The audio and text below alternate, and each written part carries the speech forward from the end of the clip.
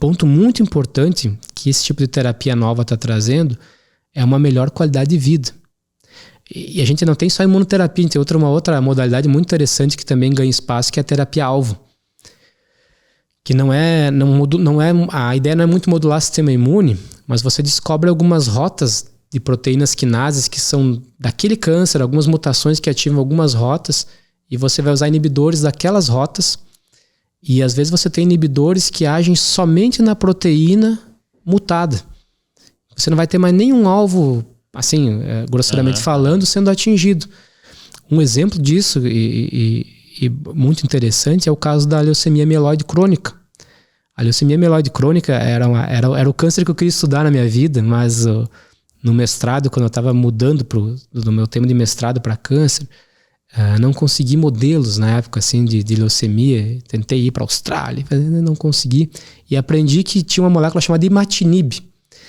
O imatinib, a leucemia mieloide crônica, os pacientes viviam 5, 6 anos lá no início das primeiras quimioterapias, 10 anos. Hoje, os pacientes, você pode conhecer um paciente com leucemia mieloide crônica e ele nunca te falar que ele tem leucemia mieloide crônica e você conviver com ele por 40 anos. Por quê? Porque se descobriu, por exemplo, esse imatinib, que ele age justamente na mutação que existe em leucemia mieloide crônica. É um tiro de sniper. Sniper, porque essa proteína não existe, esse domínio mutado não existe em nenhuma outra proteína do nosso organismo. Então esses caras têm uma terapia que é via oral, comprimidinho, leva para casa e vive muito tempo. Como é que a metástase não acontece, professor? Porque teoricamente, se acontecesse uma metástase, levando em consideração o que a gente conversou lá no começo, seria um outro tipo de célula.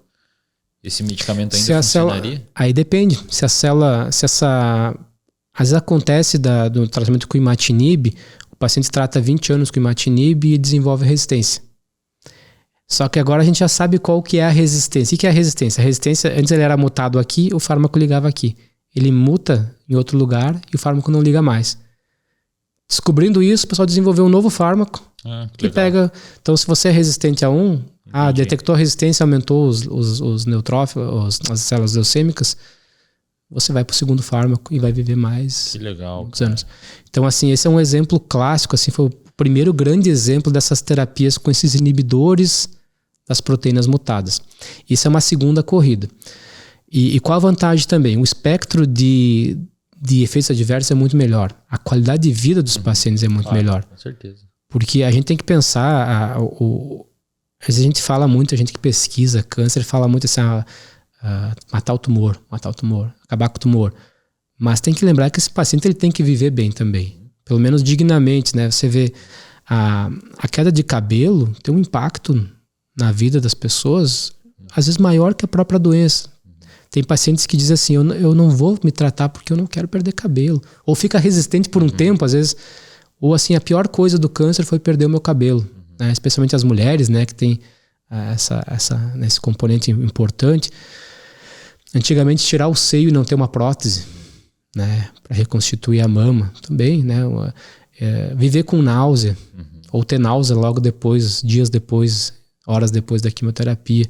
Tudo isso são coisas que essas terapias novas têm bem menos esse tipo de impacto. Então, quando os estudos incluem questionários de qualidade de vida, a terapia nova sempre vai melhor do que o grupo tratado com a quimio. E isso muda também a maneira de tratar, em que você começa a ter medicamentos por via oral e via subcutânea. Muitos anticorpos monoclonais que você usa hoje é por via subcutânea. Então, assim, a quimio em alguns cânceres, em alguns países, já está ficando para a última linha de tratamento. Está se começando com as terapias mais brandas e às vezes tão ou mais eficazes que a quimio. Se o paciente progredir, ele vai para a quimio no final, não no início. Tu não acaba com toda essa toxicidade que a quimio gera, pega o paciente no início, não, deixa ele indo com fármacos eficazes ou anticorpos eficazes. E depois, caso ele tenha progressão da doença e tenha que ser tratado com quimio, ele vai ficar tratado mais pro final, né?